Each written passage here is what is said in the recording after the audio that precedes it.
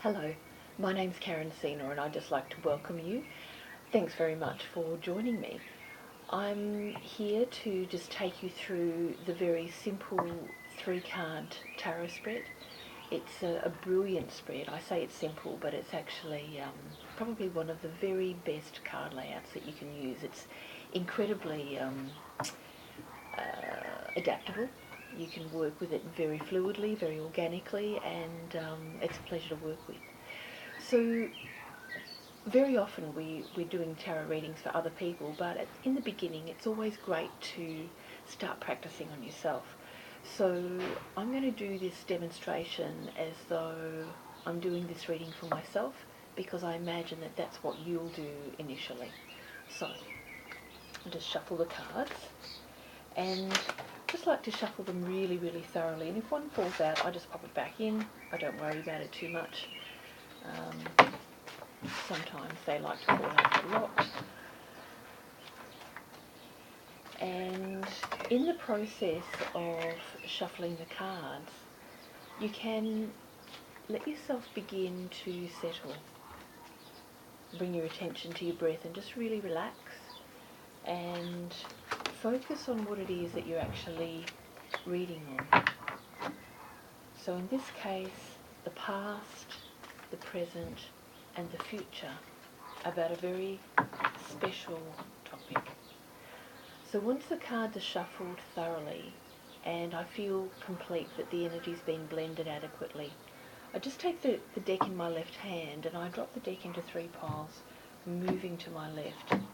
And the intention here is that we're moving from the conscious mind through and into the subconscious, because I already know what I think I know. I'm doing the reading, I'm consulting the tarot in a sense as an oracle to show me what it is that I don't know. Once the deck's been split into 3, I put it back together in a different order, and then I fan the cards out face down. So as I choose each card, I'm going to pay attention. So the first one is about the past, so I think about the past of this issue. And you'll notice that I'll just let my hand glide across the top. And that's just how I do that. I just let my hand be drawn to the correct card. Some people will actually do it visually.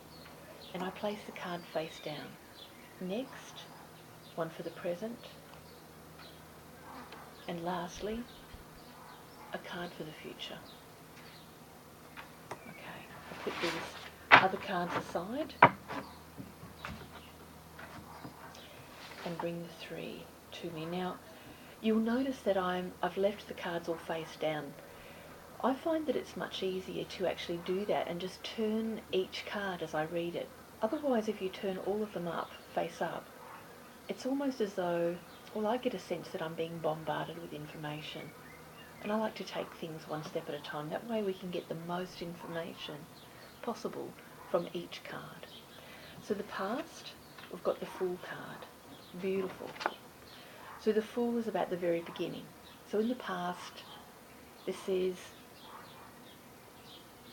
this person has started a journey of the soul, something that has just been innate within them, almost as though it's a soul journey. So they just stepped out in trust and started. That's what happened in the past. Perhaps they didn't have all the logical stuff together, maybe they didn't have all the information, but they just went with it.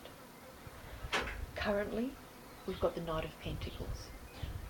And the Knight of Pentacles card shows us somebody who's a hard worker, somebody who has done the hard yards, if you will. They're very focused on what it is they're doing. It's important to them and it has great value. Pentacles are always about value. And the Knight of Pentacles, so it's saying in this present time, there's lots of work being done, lots of plodding, moving forward step by step, always with the eye on the goal. So that's what's happening now, lots of hard work, and maybe it's not too exciting, but it's clear, focused, step by step work. It's good work. And the future is the Ten of Wands. So the Ten of Wands shows somebody who's actually weighed down by a heavy burden, actually. It can be read like that. Perhaps in terms of our investigation, it could be showing somebody who's, in the future, there's going to be so much that it's almost going to be like a burden. And some parts of it may need to be put down. Some aspects of this work, it looks like it's work, will need to be laid aside, delegated, shall we say. So otherwise, it will become overwhelming and the person won't be able to see the wood for the trees. So the past, the present and the future. Now if I was doing this reading for somebody else, I would be checking all the way through, checking in with their body language, seeing their response to it, getting a sense that they're on board with me. Now, when we do this reading for ourselves, we know whether we get it or not. So this does make sense. For me, I actually did start a journey a long time ago, just trusting and stepped out in faith. And there's been a lot of work that's gone on around this. And obviously with the Ten of Wands, 10 being the culmination of the